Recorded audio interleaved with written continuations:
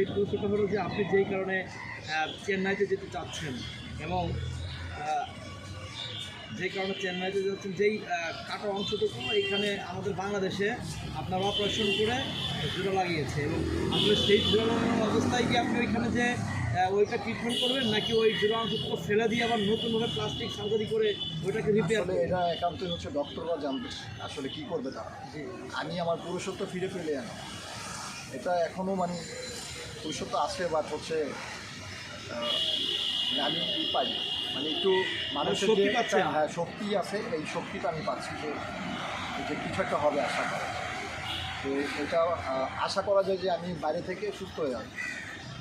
ভিতরে যেই মানে রক্ত এখানে হচ্ছে আপনার, আমি বলি আপনাদেরকে, এটা হচ্ছে আপনার যে চামড়াটা আছে, চামড়াটা হচ্ছে ট্রান্সফার করা হবে, মানে যেটা সার্জারি করে চামড়াটা ফালাই দেওয়া হয়েছে, ব্ল্যাক হয়ে গেছিলো, ড্যামেজ হয়ে গেছে চামড়াটা, যেটা ওই কাটা অংশের যে চামড়াটা নিচের যেটা, ওইটা তো ভালোই আছে।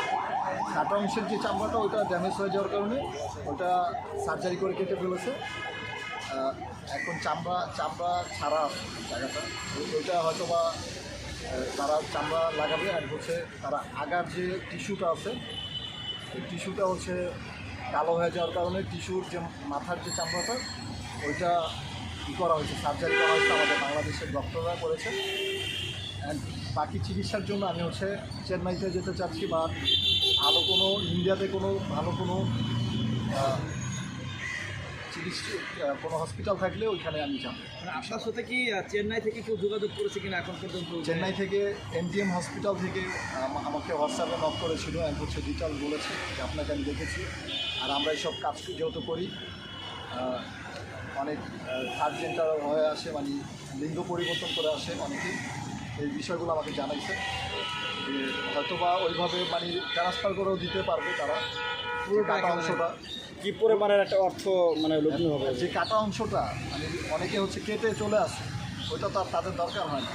যদি রক্তের সাথে গ্রুপের সাথে মিক্স হয় তাহলে তারা হচ্ছে ওইটা পুরোপুরিভাবে ট্রান্সফার করে দেবে, নতুন একটা ট্রান্সফার করে দেবে। মানে এটা কি পারবে তারা? আমি আশা করি যে আমার ট্রান্সফার করতে হবে না, আমার চামড়া রিপেয়ার করলে আমি আমারটা দিয়ে আমি সুস্থ। আচ্ছা, যদি না হয় তাহলে ট্রান্সফার। আমার এটা কিন্তু জোড়া লাগছে পারফেক্টলি। বাংলাদেশে যে সার্জারিটা হয়েছে এটা পারফেক্টলি, আমি আশা করি যে এটা পারফেক্টলি জোড়া লাগছে, আর নয় আমার ইন্ডোলটি। আপনারা নিজে বুঝতে পারছেন যে এটা জোড়া পারফেক্টভাবে জোড়া লাগছে, কিন্তু ওই আগাটা আর চামড়াটার জন্য সার্জারি করতে, মানে এখন সার্জারি করে ওটাকে করতে হবে, পরিপূর্ণ করে রাখতে হবে, এই কারণে আপনার টাকার দরকার। আচ্ছা, আনুমানিক কত টাকা লাগতে পারে আপনার? ওই 5 থেকে 6 লক্ষ টাকা লাগবে। 5 থেকে 6 লক্ষ টাকা লাগবে। তো এই বর্তমান যে আপনি যেখানে আছেন, তো এরা কি ওইখানে এদের সাপোর্ট দিয়ে পাঠাতে পারবে, নাকি আপনার নিজের সাপোর্ট দিয়ে যাইতে হবে? এটা আসলে এখন পর্যন্ত হচ্ছে এটা বলা যায় না, দেখি আমি চেষ্টা করতেছি। হচ্ছে দেশের জনগণের কাছে হচ্ছে আমি মানে করলাম যে প্রেস ব্রিফিং করলাম, যে যেন সবাই জানতে পারে যে আমি আসলে সাহায্য চাচ্ছি। আচ্ছা, অনেকেই জানে যে আপনার সাথে ওই দিন রাতে কী ঘটনা হয়েছিল, কথা বলতে পারতেছি না, আচ্ছা আমার পেইন দিচ্ছে আমার অনেক, আমি আসলে লজ্জার স্থানটা দেখাইতে পারতেছি না।